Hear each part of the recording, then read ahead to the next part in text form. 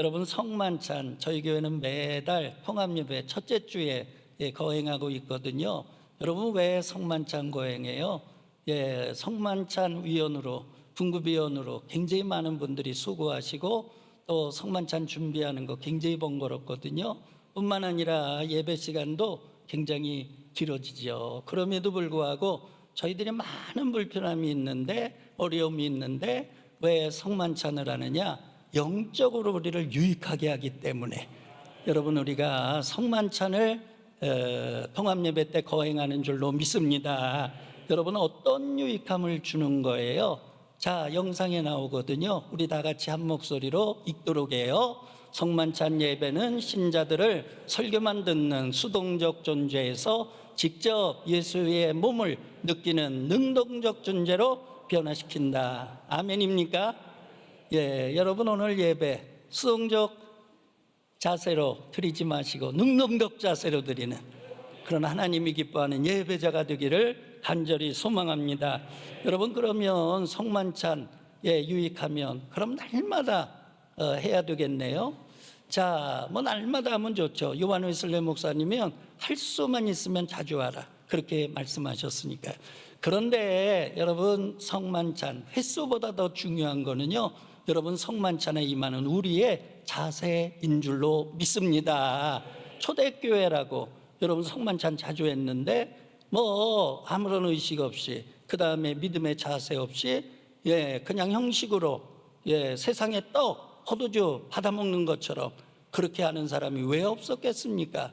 그러니까 사도 바울이요, 그런 자들에게 정말 성만찬 유익하려면 마음의 자세를 잘하고서 성만찬을 거행해야 된다, 그렇게 우리에게 권면했는데, 그러면 어떤 마음의 자세를 가져야 되는가? 우리가 고린도전서 11장 27절에서 29절 말씀 다 같이 함께 읽도록 합니다. 그러므로 누구든지 주의 떡이나 잔을 합당하지 않게 먹고 마시는 자는 주의 몸과 피에 대하여 죄를 짓는 것이니라. 사람이 자기를 살피고 그 후에야 이 떡을 먹고 이 잔을 마실지니 주의 몸을 분별하지 못하고 먹고 마시는 자는 자기의 죄를 먹고 마시는 것이니라 그랬어요. 여러분, 자기를 살피라는 거예요. 뭐예요? 내 안에 죄악이 있는가? 내 안에 하나님께 잘못된 것들이 있는가? 영적으로 자신을 검사하고 영적으로 자신을 조사하고, 그렇게 한 다음에 우리가 주님의 성찬에 참여하라는 거예요. 그러므로 여러분, 오늘 이 시간 우리의 죄를 자복하고 합당한 마음의 자세로 성만찬을 참여하는 그런 하나님이 기뻐하는 자가 되기를 바랍니다. 스스로 확인하라는 거예요. 그리고 주의 몸을 분별하라. 분별하라고 하는 건 여러분, 믿음 없이 그냥 뭐 세상의 떡, 세상의 포도주 마시는 것처럼 그렇게 마시지 말고, 이건 나를 위해 흘리신 주님의 보혈의 피입니다. 이건 나를 구원하시기 위하여 십자가에 찢기신 주님의 몸입니다 라고 하는 영적인 분별함을 가지고 우리가 떡과 포도주를 먹고 마시는 자가 되기를 바랍니다. 그러므로 성만찬에 정말 마음의 자세, 우리가 바로 하고 할 때만이 우리에게 영적인 유익함을 준다고 하는 사실 기억하고요. 오늘 성만찬이요, 우리 모두에게 영적인 유익함 주는 성만찬이 되기를 바랍니다. 여러분, 예수님은 우리에게 최후의 만찬을 통해 성만찬 시작을 해주셨어요. 자, 그때 주님께서 분명히 말씀하셨죠. 마태복음 26장 26절에서 28절이에요. 다 같이 읽으시죠. 그들이 먹을 때에 예수께서 떡을 가지사 축복하시고 떼어 제자들에게 주시며 이르시되 받아 먹어라, 이것은 내 몸이니라 하시고, 또 잔을 가지사 감사 기도하시고 그들에게 주시며 이르시되 너희가 다 이것을 마시라, 이것은 죄 사함을 얻게 하려고 많은 사람을 위하여 흘리는 바 나의 피 곧 언약의 피니라. 아멘. 주님께서 죄 사함을 얻게 하려고 많은 사람을 위하여 흘리는 보혈의 피다. 할렐루야. 그러므로 십자가는요, 우리의 죄에 대한 용서인 줄로 믿습니다. 그걸 기념하는 게 성만찬이거든요. 그러니까 성만찬 바닥에 흐르는 정신이 뭐냐? 용서의 정신인 거예요. 여러분, 우리의 성만찬이 용서의 성만찬이기를 바랍니다. 그래서 오늘은 용서에 대해서 말씀을 나누도록 하겠어요. 자, 예수님께서 용서에 대해서 제자들에게 말씀을 가르치셨어요. 그런데 베드로가, 여러분 성격이 급하잖아요. 예수님께서 질문도 하는데 부쑥 튀어나와가지고 예수님께 질문을 하는 거예요. 자, 마태복음 18장 21절에서 22절 나오네요. 다 같이 읽어보도록 하죠. 그때 베드로가 나와 이르되 주여, 형제가 내게 죄를 범하면 몇 번이나 용서하여 주리까? 7번까지 하오리까? 여러분 보세요. 자기가 질문하고 자기가 대답해요. 여러분, 그런 게 어디 있어요? 질문이라고 하는 건 배우려고 하는 거, 그게 옳은 자세잖아요. 주님 질문하는 척하면서 여러분 자기가 대답을 해요. 여러분 7번 용서한대요. 당시에 랍비들은 몇 번 용서하라고 가르쳤느냐? 3번 용서하라고 가르친 거예요. 그러니까 베드로가 그때 당시 3번 용서하면 완전한 용서라고 봤던 거거든요. 칭찬받으려고 짐짓짜기를 좀 드러내려고 우쭐하는 그런 마음으로 여러분 늘리고 늘려가지고 7번까지 하오리까? 베드로는요 합격 받을 거라고 생각을 했어요. 칭찬 받을 거라고 생각을 했어요. 그런데 여러분, 주님께서요, 여러분 다음과 같이 말씀하세요. 합격이 아니라는 거예요. 틀렸다는 거예요. 자, 마태복음 18장 21절에서 22절 주님의 말씀이에요. 다 같이 읽어보도록 합니다. 예수께서 이르시되 내게 이르노니 7번뿐 아니라 77번을 70번까지 할지니라. 7번이 아니라 7번을 몇 번까지 하라고요? 70번까지 하라 그랬어요. 여러분, 베드로의 생각 뛰어넘는 파격적 대답을 하셔요. 상상수할 수 없는 그런 대답을 예수님께서 말씀하신 거예요. 여러분, 여기서 7이라고 하는 거 완전순거 아시죠? 기독교에서 3은 삼위일체 하나님, 하나는 오직 홀로 계신 한 분이신 하나님. 7은 완전수예요. 왜? 삼위일체 하나님, 땅의 수, 동서남북 4, 3 더하기 4, 7 완전수. 하늘과 땅을 합한 거니까 완전한 거거든요. 70도 완전수예요. 그런데 여러분, 베드로가 사용한 7하고 예수님이 사용한 7, 70은 의미가 전혀 달라요. 여러분, 베드로는 충분하지 않느냐, 그런 의미로 7을 사용했어요. 근데 예수님께서는요, 여러분 7번씩 70번 그 숫자를 사용할 때는 셀 수 없을 정도로, 아주 계산할 수 없을 정도로 끝없이 용서하고 무제한적으로 용서하라. 여러분, 그런 뜻으로 사용하신 줄로 믿습니다. 여러분, 제가 질문할게요. 예수님께서요 7번씩 70번을 용서하래요. 그러면 77이 49, 몇 번 용서하라는 거죠?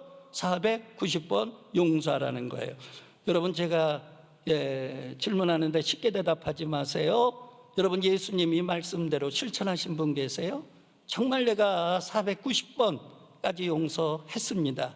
여러분, 그런 경험을 가지신 분 계세요? 여러분, 정말 쉽게 용서가 되든가요? 여러분, 불가능해요. 한마디로 불가능해요. 예수님께서 오늘 우리에게 이 말씀하신 건 뭐냐? 여러분, 인간 세상에서 또 세상의 관계 속에서 여러분, 끝없는 용서, 무제한의 용서, 완전한 용서, 이거는 불가능함을 먼저 깨달으라는 거예요. 인간 스스로의 본성, 의지만으로 여러분 완전한 용서라고 하는 건 불가능하다. 여러분, 이거를 먼저 깨달으라고 주님이 말씀을 한 거예요. 그러므로 여러분, 인간적 용서라고 하는 게 여러분 불가능함을 우리가 먼저 시인하고 그리고 먼저 깨달을 수 있게 되기를 바랍니다. 여러분, 왜 불가능한 거예요? 저는 두 가지만 말씀드릴게요. 첫 번째는 여러분 490번 용서한다는 거 숫자적으로 불가능해요. 여러분 아무리 용서를 많이 해도 490번이요? 안 그럴 거예요. 여러분들 실제 이웃과의 관계에서 여러분들에게 해를 줬어요? 여러분들 직장에서 여러분들에게 해를 줬어요? 여러분 같이 생활하는데 여러분들에게 계속 해를 줘요. 그럴 때 여러분 몇 번은 참겠죠? 그런데 490번이요? 여러분 실제 우리의 인간 삶 속에서는 불가능한 거예요. 여러분 그거를 예수님이 깨달으라고 말씀하신 거예요. 자, 두 번째입니다. 여러분 용서의 한계성을 우리는 인정해야 돼요. 자, 여러분 용서한다고 내 마음과 내 내면의 상처가 여러분 완전히 아물든가요? 여러분 내 삶을 파괴한 그 모든 것들이 용서한다고 원점으로 완전히 복구가 되던가요? 여러분 운전하면서 난폭하게 운전해서 여러분 내 사랑하는 자녀를 죽였어요. 여러분 그 광경을 똑똑히 영상을 통해 봤어요. 어떻게 교통사고가 나고 어떻게 사랑하는 내 자녀가 죽어가는지 다 봤다고요. 여러분 용서한다고 그 상처가 아물 것 같아요? 여러분 없던 거로 다 되는 거예요? 여러분 우리가 분명하게 알아야 되는 건 여러분 인간적으로 세상적으로 용서의 불가능성을 우리가 먼저 시인하고 여러분 인정하기를 바랍니다.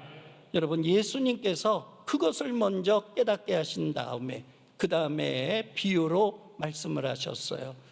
자, 여러분 그러면 용서라고 하는 거 영원히 불가능한 건가? 여러분 영원히 불가능한 걸 예수님은 왜 요구하는 건가? 산상수훈에서도 그리고 수많은 예수님의 설교에서도 가르침에서도 이웃을 용서하라 수없이 강조하셨어요. 그러면 여러분 가능하기 때문에 예수님 말씀하신 거 아니겠어요?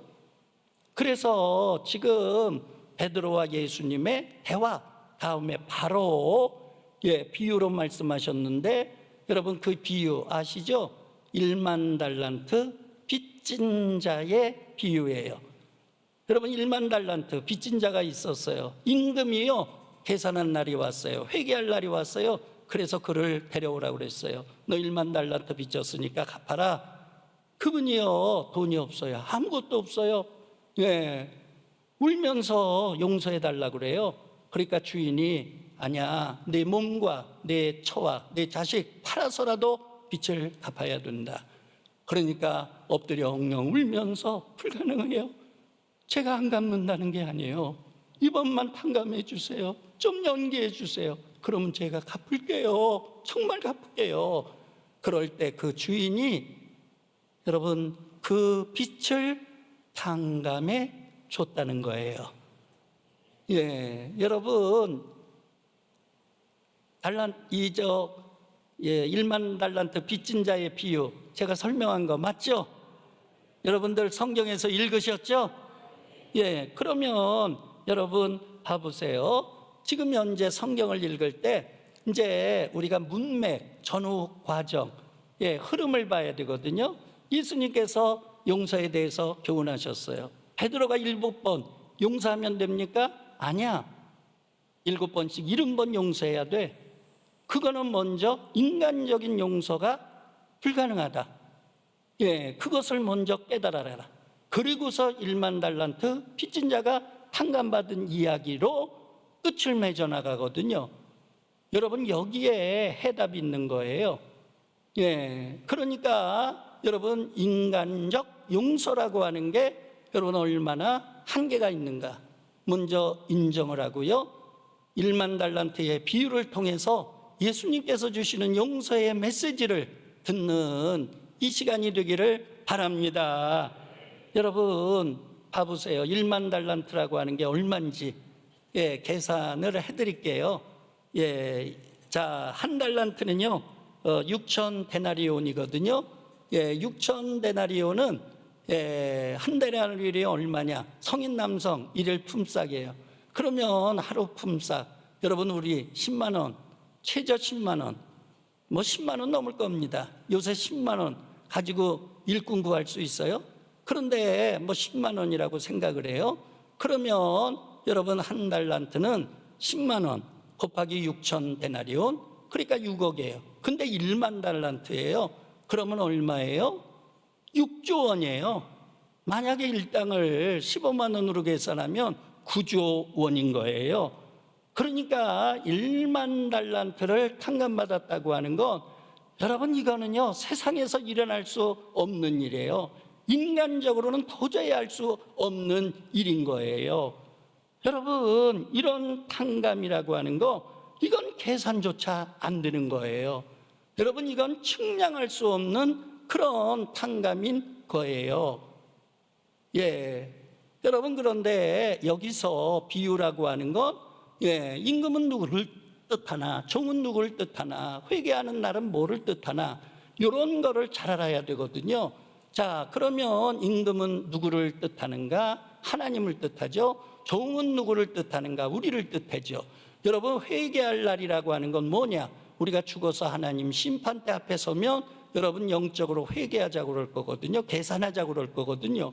그러면 여러분 봐보세요. 우리가 예수 믿기 전에 지은 죄 뿐만 아니라 예수 믿고 난 다음에 지은 죄 얼마나 많습니까? 보고 지은 죄, 안 보고 지은 죄, 마음으로 지은 죄, 행동으로 지은 죄, 의식으로 지은 죄. 마음으로 음욕을 품어도 가늠한 자라고 예수님 말씀하셨죠. 여러분 우리가 말씀대로 산다고 하면서 여러분 말씀대로 살지 못한 적 얼마나 많습니까? 여러분 우리의 삶 가운데 주님을 드러내야 되는데 주님 드러내지 못한 적 얼마나 많습니까?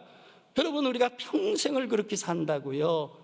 여러분 사도 바울 정말 초대교회 대단한 분이거든요. 그럼에도 불구하고 여러분 이 세상 삶이라고 하는 건 여러분 내가 영으로 구원을 받아도 육신에 갇혀있기 때문에 육신의 본성 이길 수가 없거든요.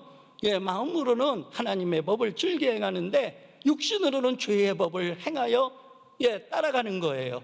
오라 나는 공고한 사람이로다. 이 사망의 몸에서 누가 나를 건져낼꼬. 여러분 이게 인생사라는 거예요. 끝까지 그 싸움하다가 우리가 가는 거죠. 그런데 여러분 모두가 다 죽음이 오는 거거든요. 죽음 이후에 심판대에 서는 거거든요. 그날 계산하자고 하나님이 말씀할 때 여러분 우리 모두는 영적으로 보면 1만 달란트 빚진 자의 신세가 된다는 거예요. 여러분 그럴 때 우리가 살 수 있는 방법은요, 여러분 그때 우리가 죽었는데 뭘로 여러분 우리의 죄를 갚을 수가 있어요? 갚을 수 있는 방법은 하나도 없어요. 여러분 오직 하나님의 용서만이 살 길인 줄로 믿습니다. 여러분 십자가의 용서만이 심판대 앞에서 우리가 사는 줄로 믿습니다. 여러분 그런 거예요. 우리가 십자가로 죄사함 받고 구원받았어요. 또 죽어도 내 공로로 여러분 천국에 가는 게 아니라 십자가의 사랑과 십자가의 용서로 가는 거예요. 여러분 심판대 앞에서도 내가 오직 살 길은 십자가의 용서밖에 없는 줄로 믿습니다. 그러니까 용서해봐라. 안 되잖아. 힘들잖아. 여러분 내가 십자가의 은혜를, 십자가의 용서, 십자가의 사랑을 충만히 받았어요. 예배 시간에. 근데 집에 갔어요. 여러분 죄를 지은 자식이요, 여러분 눈에 딱 띄는 거예요. 그 순간요 십자가가 다 엎어지는 거예요. 그리고 막 쏟아져 나가는 거예요. 그게 우리의 삶의 현실 아니겠습니까? 여러분 그럴 때 여러분 그걸 이길 수 있는 방법은 오직 십자가밖에 없는 거예요. 할렐루야. 여러분 그냥 치밀어 오르는 그 분을요 여러분 이길 수 있는 거, 그거는요 여러분 나의 죄를 1만 달란트보다 더 큰 죄를 용서하신 십자가의 용서, 여러분 그 용서를 의지할 때만이, 여러분 그 용서를 부여잡을 때만이, 그 용서를 깨달을 때만이, 그 용서가 내 마음을 지배할 때만이 여러분, 우리는 자식을 용서하고 가족을 용서하고 여러분 이웃을 용서할 수 있게 되는 줄로 믿습니다. 그러니까 여러분, 인간의 용서라고 하는 거 한계가 있다. 그거는 영원히 불가능할 수도 있을 거다. 그럼에도 불구하고 우리가 용서할 수 있는 건 뭐냐?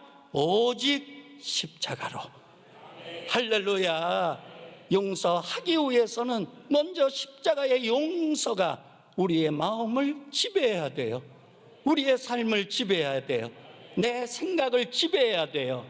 그럴 때만이 진정한 용서가 될 수 있다고 하는 사실을 오늘 예수님께서 우리에게 가르쳐 주시는 줄로 믿습니다. 여러분, 오늘 본문 보세요. 1만 달란트, 6조 원이에요. 9조 원이에요. 탕감을 받았어요. 탕감 받고 나왔어요. 눈에 띄지 말아야 될 사람이 눈에 나타났어요. 자기에게 100다네론 빚을 진 자가 나타나는 거예요.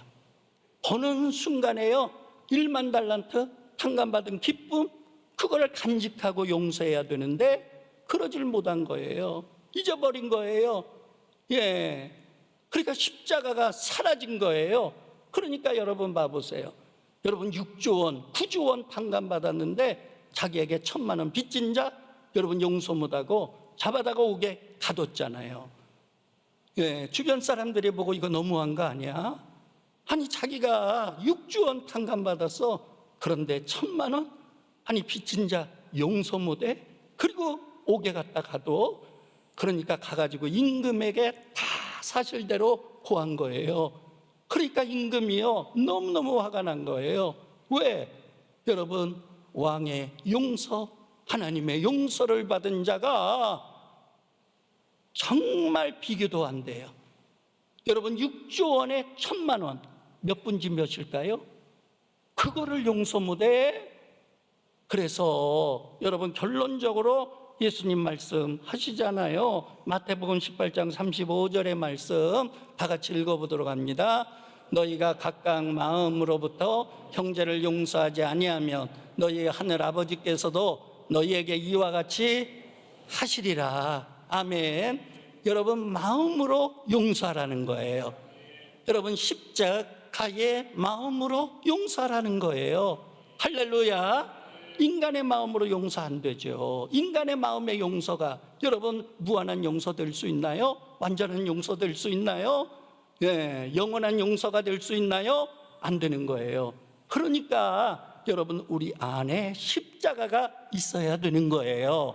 여러분, 십자가는 나를 향한 용서인 거예요. 십자가는 나를 향한 주님의 사랑인 거예요. 그 용서 때문에 지금 내가 살아가는 거예요. 여러분, 죽을 때까지 그 용서를 기억하고 우리가 이웃과의 관계를 살아가야 돼요. 할렐루야. 그래서 주님께서 주기도문에 우리에게 분명히 말씀하시잖아요. 다 같이 다 하시는 거잖아요. 읽어보도록 해요. 우리가 우리에게 죄 지은 모든 사람을 용서하오니 우리 죄도 사하여 주시옵고. 여러분, 우리가 왜 용서해야 돼요? 여러분, 마음의 평안 얻기 위해서도 용서해야 돼요. 용서하지 않을 때 여러분, 우리의 마음이 정말 평안하던가요? 얼마나 괴로워요. 얼마나 나는 여러분 고통스러워요. 그러니까 용서라고 하는 건 먼저 나의 평안함을 위해, 여러분 내 삶을 위해. 그리고 두 번째는 여러분, 공동체는요 용서를 통해 건강해지는 줄로 믿습니다.